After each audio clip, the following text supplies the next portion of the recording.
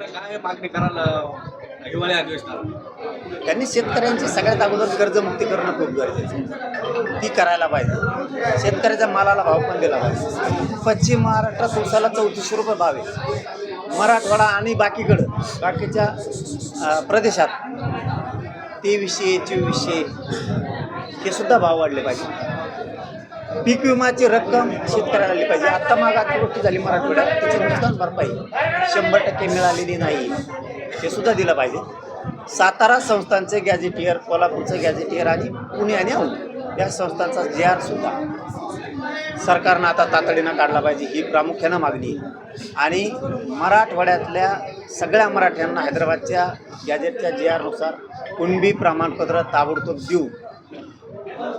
ज्या शिंदे समितीने काही नोंदी शोधलेल्या त्याचे नोंदीचे प्रमाणपत्र दिले जात नाहीत आणि व्हॅलिडिटी दिले जात नाही. त्या तातडीनं मुख्यमंत्र्यांनी द्यायचे आदेश काढावेत. नसता भयंकर रोष पुन्हा एकदा राज्यात होणार आहे. मुंबईला येण्याची पुन्हा वेळ सरकारनं येऊ देऊ नये. जर का पुन्हा मराठी मुंबईला तर आता खरंच वापस जात नसते. सर अण्णासाहेब पाटील महामंडळाच्या योजना बंद पडलेली आहे. तुमचं बोलणं झालं नरेंद्र पाटलाशी, काय तुम्हाला उत्तर मिळाले? बघा, आम्ही दोघं होतो आज कार्यक्रम. मंत्री महोदय नरेंद्र पाटील साहेबांनी मी पुण्यात, त्यात ते बनले. मी त्यांना म्हणलो LY बंद आहे, तुम्ही अध्यक्ष आहे, परतावा बंद आहे. सरकारमध्ये असल्यामुळे सारथीचा विषय त्यांना सांगितलं की सारथीचं बी विनाकारण विद्यार्थ्यांचे हाल चालले, PhD मिळत नाही आहे. संख्या कमी केली. पहिल्यांदा मला वाटतं 76 होते, तर आता 56च केलेत परदेशासाठी. म्हणजे हे अडचणी आहेत. त्यांनी सांगितलं मला, छगन भुजबळ फडणवीस साहेबाला म्हणला आणि अजितदादाला पण म्हणला आणि त्याच्यामुळं महामंडळाचं सगळं स्टॉप केलं असं स्वतः नरेंद्र पाटील साहेब भाषणात म्हणलेत. मला म्हणले नाही म्हणत मी, तिथं भाषणात म्हणले. आणि त्यांनी सांगितल्यामुळे मग अजितदादांनी फडणवीस साहेबांनी बालिकांवर महिलांवर का नाही द्यावा? महिलांवरती अत्याचार थांबत नाही. शेतकऱ्यांचे प्रश्न मार्गी काढत नाहीत. मराठा आरक्षणाचा प्रश्न मार्गी निघत नाही. धनगराच्या आरक्षणाचा निघत नाही. बंजारा समाजाच्या निघत नाही. मुस्लिम समाजाच्या आरक्षणाचा विषय निघत नाही. लिंगायत समाजाच्या नाही, काही समाजाच्या आरक्षणाचा विषय निघत नाही. मायक्रो ओबीसीला आरक्षणच भेटत नाही. यांचे प्रश्न मार्गी लागत नाही. यांना एक गर्व झाला की काढायसाठी मी बोललो, निघाला तर चांगली गोष्ट. काँग्रेसला सुद्धा असंच वाटत होतं की आम्ही अमृत पिऊन आलो, सत्ता जाऊ शकत नाही, आम्ही समुद्रासारखे भारतात पसरलेलो. गेली. भाजपला कधीच वाटत नव्हतं काँग्रेसची सत्ता जाईन आपली, आली भाजपची. तसं तुम्ही गर्वातून बाहेर या, तर मला वाटतं सत्ता जाणार नाही. धुराळा वाजल्याला माहीत बी होणार नाही. त्यासाठी अन्याय अत्याचार करू नका, असले पोसू नका. तुम्हाला एक्झॅक्टली जे घातपात घडून आणते आणि त्यांनाच तुम्ही सोडता, त्यांनाच सांभाळता. अजितदादा सांभाळता, अजितदादा पक्ष चांगला, अजितदादा माणूस चांगला, पण सांभाळत नीट नाहीत ना तुम्ही, त्याच्यामुळं आमचं तुमच्यावरती रोष आहे. फडणवीस साहेब चांगला, त्यांचा पक्ष चांगला, अरे पण लोक नीट सांभाळणार ना तुम्ही. ज्या मराठ्याने तुम्हाला सत्तेवरती बसवलं त्याच्यावरच उतारायला लागलात तुम्ही.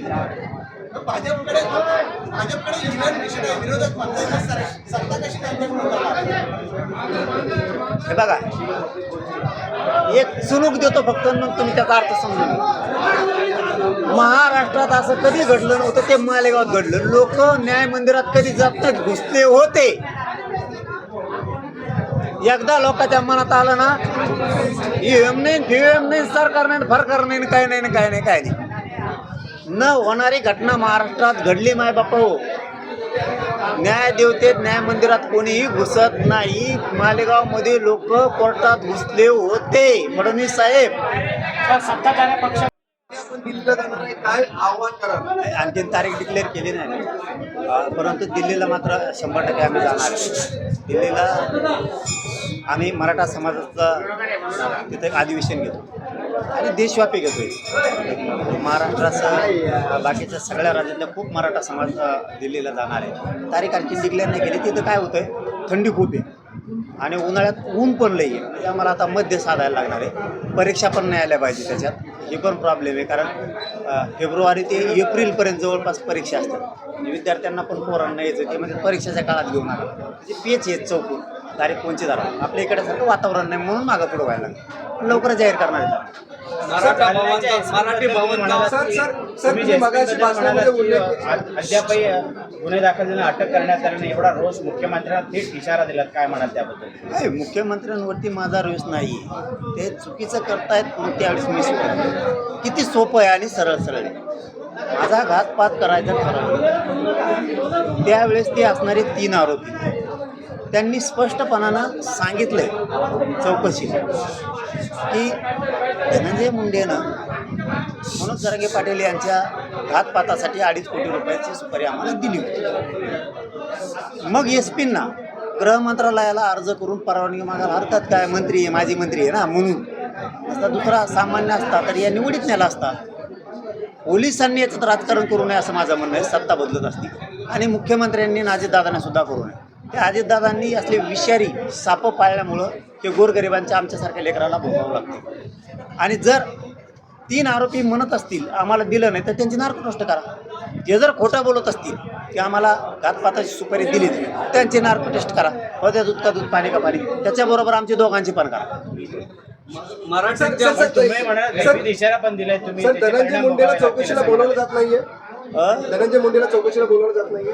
आणि ते पायर लोळलं. मी मागच प्रेसच्या बांधवाच्या पत्रकार बांधवाच्या माध्यमातून सांगितलं की अजितदादाचे त्यांनी पाय धरले आणि फडणवीस साहेबाचे. हे बघा मला मिळालेली माहिती आत्तापर्यंत खोटी झालेली नाही 2 वर्षात.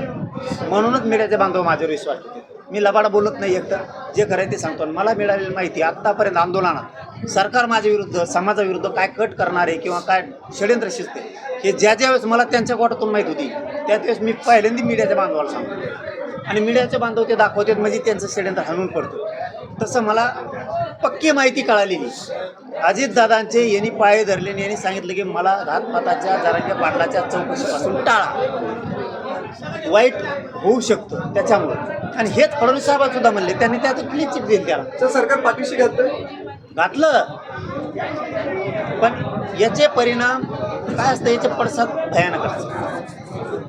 तुम्ही जर असं गरिबाच्या लेकराचा घातपात करायला निघाले आणि सरकार आणि विशेष करून फडणवीस साहेब जर गांभीर्यानेच घेणार नसते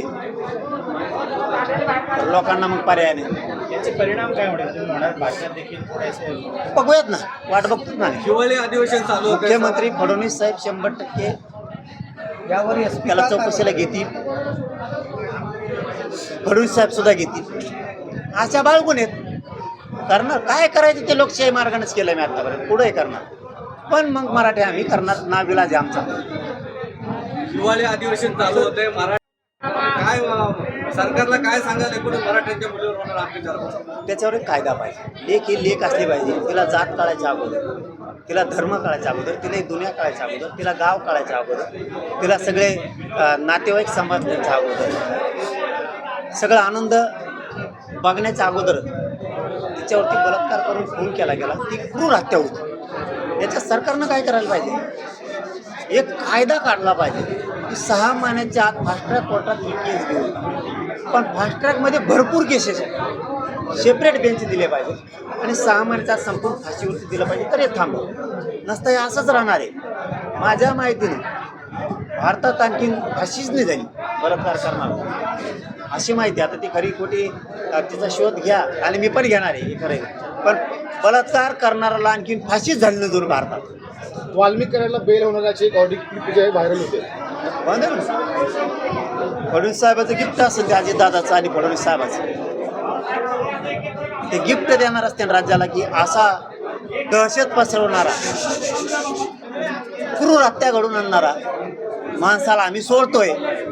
हे महाराष्ट्राला बक्षीस द्यायचं असेल फडणवीसांना आणि अजितदादांना. द्याव द्या मग बघू.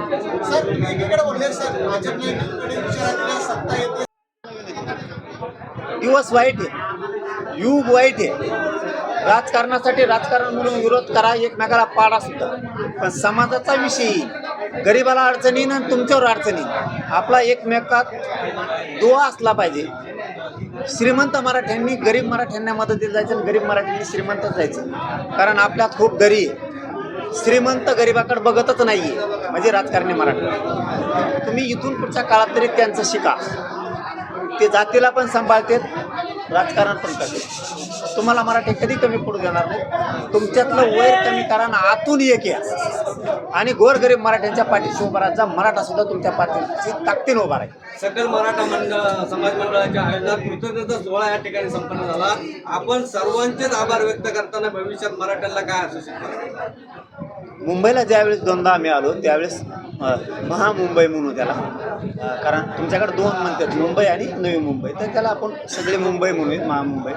त्या सगळ्या बांधवांनी खूप कष्ट घेतले, खूप मेहनत घेतली. गोरगरीब खेड्यातले पोरं येत होते. प्रत्येक घरातल्या मुंबईतल्या मराठ्यासह दलित, मुस्लिम, मारोडी, जैन ह्या सगळ्याच लोकांनी, ओबीसींनी, सगळ्या लोकांनी, माथाडी कामगार, डबेवाले, नाव विसरल माझ्या कोकणाचं, कोळी बांधव, आदिवासी बांधव, यांची सगळं आगरी बांधव, आणि सगळ्यांनीच मराठ्यांना त्यावेळेस मदत केली. म्हणून सगळ्यांचंच आम्ही आभार मानले आणि काम करणाऱ्यांचं कौतुक पण केलं आणि सत्कार पण केला. या मराठा भवनाच्या माध्यमातून गोरगरिबांचे प्रश्न ऐकून घेतले जातील आणि सोडवण्याचं कामसुद्धा या कार्यालयाच्या माध्यमातून होईल. गोरगरिबांनी आपल्या अडचणी सांगितल्या पाहिजेत, तरच त्या माहीत होत्या. सोडायचा आपण 100% सगळेजण प्रयत्न करू. येणाऱ्या नवीन पिढीला व्यवसायाकडे वळण्यासाठी आपण मराठा बांधवांसाठी आपण काय करणार आहोत? पर्यायच नाही आहे व्यवसायाकडे गेल्याशिवाय. तुम्हाला आरक्षण दिलं, आता शिक्षणात तुमचे लेकरं जाणार आहेत, नोकरीत जाणार आहेत, योजना पण मिळणार, पण सगळेच नोकरीत जाणार नाही, तर आपण व्यवसायसुद्धा असलं पाहिजे. म्हणून आम्ही 1 कोटी लोक एकत्र येतो आणि त्या माध्यमातून गोरगरिबांच्या पोरांना, भूतपूर्व पोरांना, किंवा ज्याचं नाव निघन त्याचं, जे आता प्रोग्राम ठरल, आचारसंहिता ठरल त्याप्रमाणे त्याला व्यवसायाला मदत द्यायची.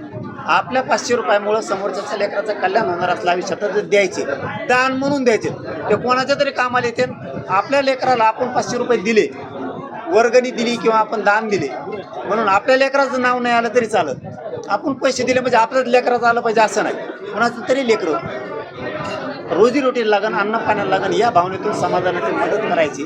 आणि ती मोहीम आता आम्ही 1 तारखेपासून सुरू करतो. जानेवारीच्या अगोदर आम्ही याद्या तयार करतो.